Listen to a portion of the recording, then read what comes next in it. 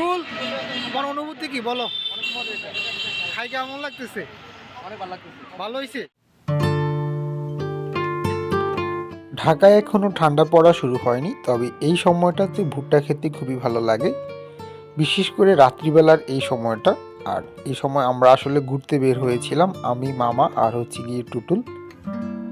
আপনারা হয়তো আমার প্রিভিয়াস ভিডিওগুলোতে মামাকে আর টুটুলকে দেখেছেন। আমাদের বাসার নিচেই ঠিক এখানে ভুট্টা বিক্রি করা হয়, আর এই ছেলেটা প্রায় সময়ই এই পাশটাতেই ভুট্টা বিক্রি করে। ও মূলত দক্ষিণখান কসাইবাড়ি, তারপর হচ্ছে গাওয়ার, এক একবার এক এক জায়গায় বসেও, তবে সবচেয়ে বেশি বসে হচ্ছে আমাদের বাসার সামনের এই জায়গাটাতে। আজকেও হচ্ছে গিয়ে যখন আমরা রাত্রে বের হলাম তখন ওকে দেখতে পেলাম, আর আমরা এমন এক সময় আসলে এখানে এসেছি, ও অলমোস্ট কিন্তু ওর বিক্রি শেষ, বা ও এখন বাসায় চলে যাবে।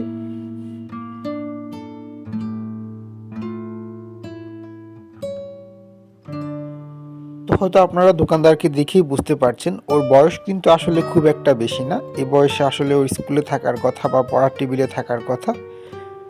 যাই হোক, পরিবারের জন্য হয়তো ওকে এখন ওর পরিবারের হাল ধরার জন্য বা পরিবারের অর্থনৈতিক সমস্যা দূর করার জন্যই ওকে ওই পথে আসতে হয়েছে, বা জীবনের তাগিদেই ওকে এখানে এসে এখন বিজনেস করতে হচ্ছে। তো জীবন আসলে সবার জন্য সমান হয় না, এটাই হচ্ছে তার প্রমাণ।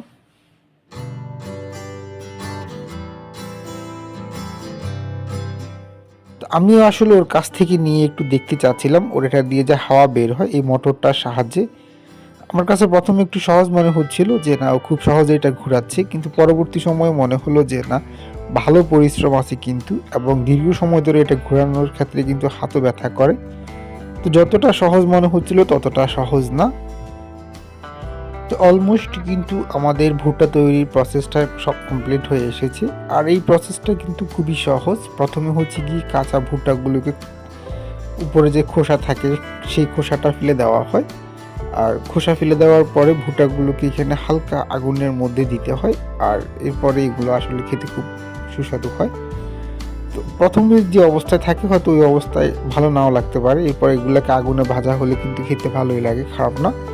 তারপর ওদের কাছে আসলে এক ধরনের মশলা থাকে, এটা উপর দিয়ে দিয়ে দেওয়া হয়, আর যেটা এটার স্বাদকে আরও কিছুটা বাড়িয়ে দেয়। তো এই মুহূর্তে আসলে আমি অনেক স্লোভাবে ঘোরাচ্ছি, কারণ এখন আসলে জোরে যদি আগুন দেওয়া হয় তাহলে ভুট্টা পুড়ে যাওয়ার সম্ভাবনা আছে, যার জন্য এখন একটু হালকা করে দিতে হচ্ছে। আর যেমনটা বললাম, ভুট্টাটা প্রসেস হওয়ার পরে বা কাঁচা ভুট্টাটাকে আগুনে পোড়ার পরে ওরা ওটার উপরে কিছু মশলা দিয়ে দেয়, যেটা এটার স্বাদকে আরও দ্বিগুণ বাড়িয়ে দেয়। আর এই ভুট্টাগুলোর দামও কিন্তু খুব একটা বেশি না, ওরা আসলে 30 টাকা করে রাখে এক একটা ভুট্টার দাম, যেটা তুলনামূলকভাবে অন্যান্য জায়গা থেকে কম। এই সেম ভুট্টাটাই যদি আপনি গুলশানের দিকে নিতে চান বা উত্তরার দিকে চলে যান, সেক্ষেত্রে এটা আবার রাখবে হচ্ছে গিয়ে 40 টাকা কিংবা 50 টাকা।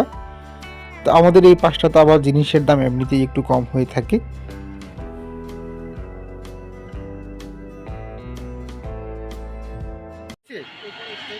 এটা কত রাখছিল?